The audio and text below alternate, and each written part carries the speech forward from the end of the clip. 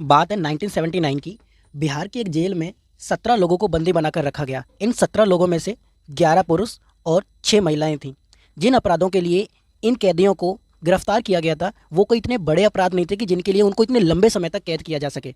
जब ये बात बिहार के एक समाचार पत्रकार को पता चली तो उसने इस खबर को अपने समाचार पत्र में द इंडियन एक्सप्रेस में हेडलाइन और जब ये खबर आम जनता तक पहुंची तो एक महिला थी जिनका नाम था पुष्पा कपिला हिंगोरानी। ये पेशे से एक वकील थी। जब इन्होंने इस खबर को पढ़ा तो इनको लगा कि यह चीज़ मानव अधिकारों के उल्लंघन के खिलाफ है, यह लोगों की स्वतंत्रता में बाधा है।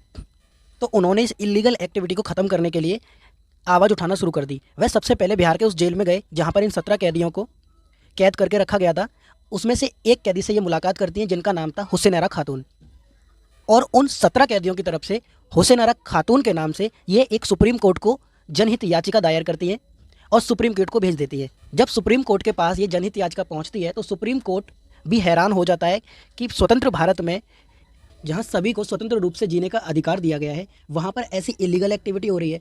तो उन्होंने इस चीज़ के खिलाफ अब काम करना शुरू कर दिया। और जब सुप्रीम कोर्ट ने इस चीज़ की जांच पड़ताल की तो पता चला कि वाकई में ये जो एक्टिविटी की जा रही थी, वहाँ पर जिन कैदियों को गिरफ्तार करके रखा जा रहा था, वो बहुत ज़्यादा गलत था। तो यह जो केस चला, इस केस को बोला जाता है हुसैन खातून बनाम बिहार सरकार के नाम से। यही वो केस था सबसे पहले जहाँ से भारत में जनहित याचिकाओं यानी कि PIL की शुरुआत होती है।